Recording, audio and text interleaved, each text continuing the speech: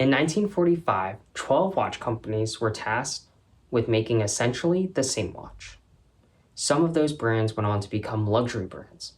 Other brands went on to fade into obscurity.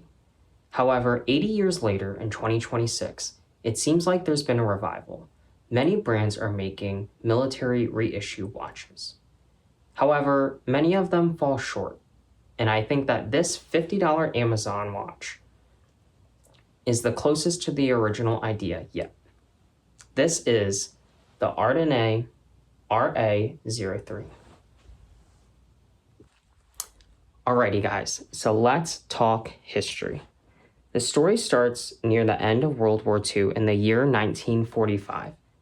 Britain needed a reliable wristwatch for military service, but instead of commissioning just one company, the Ministry of Defense created a list of specifications and sent it to multiple different manufacturers. These watches had to be accurate, waterproof, shock resistant, and most importantly, easy to read at a glance. So 12 companies, including the likes of Omega, Longines, IWC, and JLC, and several other different brands that most people have probably never heard of, produced their own versions of essentially the same watch. Officially, they were called the WWW, Watch Wrist Waterproof, but today, collectors know them as the Dirty Dozen. And that's what makes them so interesting to me. These weren't watches built around a single brand identity. You weren't buying an Omega because you wanted an Omega. The name on the dial was secondary. What mattered was whether the watch could do its job or not. And 80 years later, that's the part of the Dirty Dozen that I think many collectors and brands have forgotten.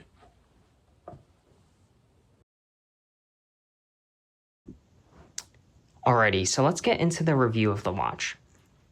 The watch comes with the outer box, this little carrying aluminum container thing.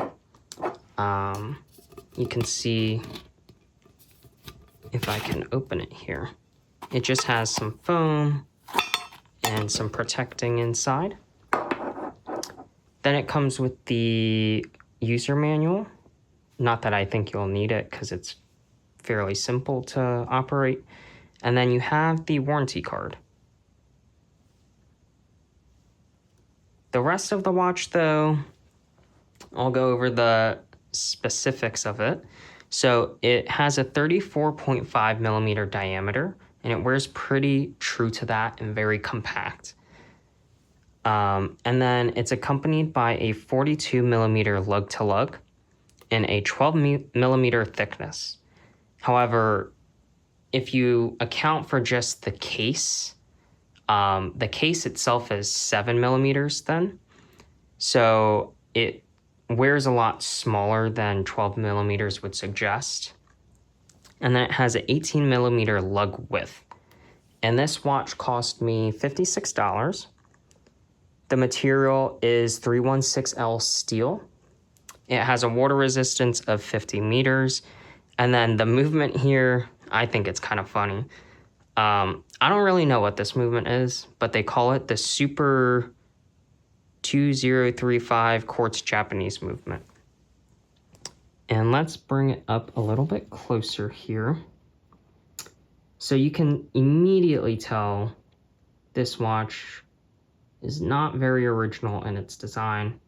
It's taking a lot of its design cues from like the Hamilton khaki, but I think this watch is a little bit, I don't know. The design seems more well thought of than the Hamilton khaki. Like, look how compact that lug to lug is. And the diameter, everything about it is just super wearable and super legible. Whereas the Hamilton khaki, like the 250th reissue, they finally made it 36 millimeters, but the lug to lug is still like 46 millimeters. So it's like, what's the point of bringing the size down if like the lug to lug dimension is just going to stay super long? Anyways, but that's besides the point. But you can see here what I mean about the thickness of the watch itself.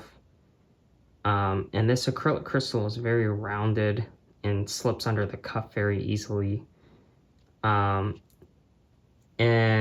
I'll show you the case back here.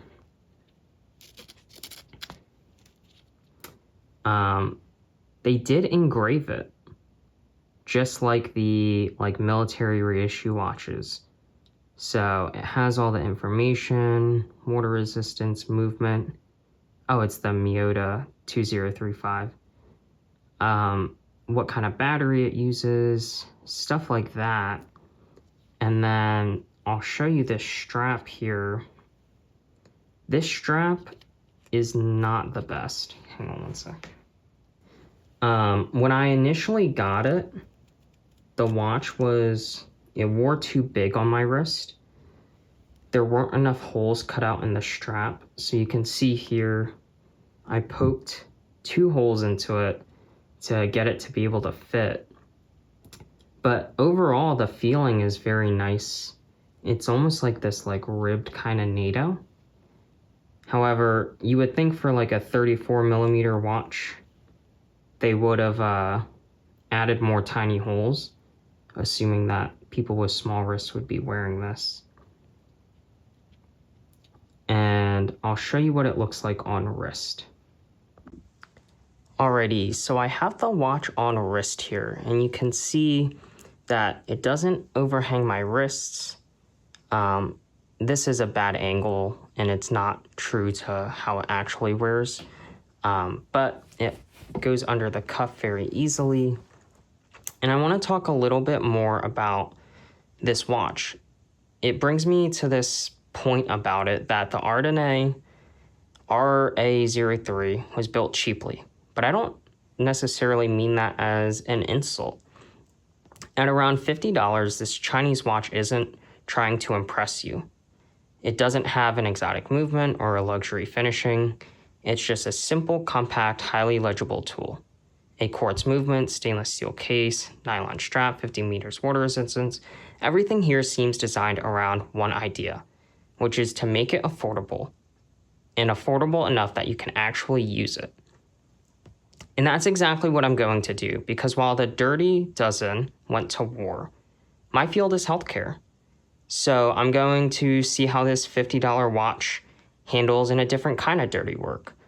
I might not be in the mud or fighting a war, but I'm definitely going to be putting it through its paces with other things.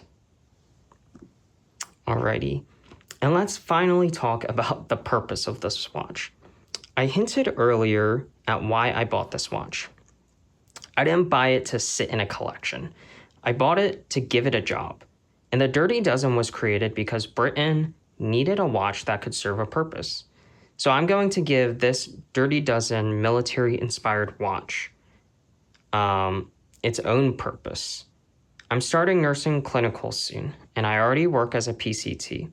And my field just happens to look a little different than it did in 1945. So over the next few weeks, I'm going to be using this as an actual field watch in the healthcare field. And honestly, that's why I think this $50 watch might understand the Dirty Dozen better than some of the luxury reissues. It has no famous name on the dial. It's not flashy. It's not pretending to be a luxury watch. It's cheap enough to actually use, small enough to disappear on the wrist, and simple enough to do exactly what you need it to do without overcomplicating things.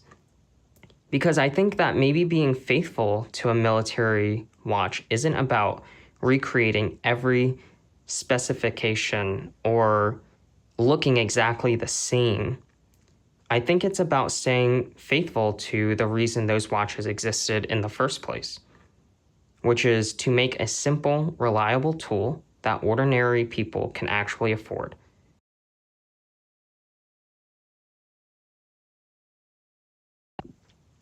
Alrighty, and that brings me to the end of the video. I just wanted to say thank you so much for watching. If you stuck around, consider subscribing and maybe leaving a comment about what's your go anywhere, do anything beater watch. I would love to know what you guys are wearing and just what you guys think about this $50 Amazon military-inspired watch. Anyways, this has been Sunny and Phila. Again, thank you so much for staying to the end of the video. Wishing you guys the best.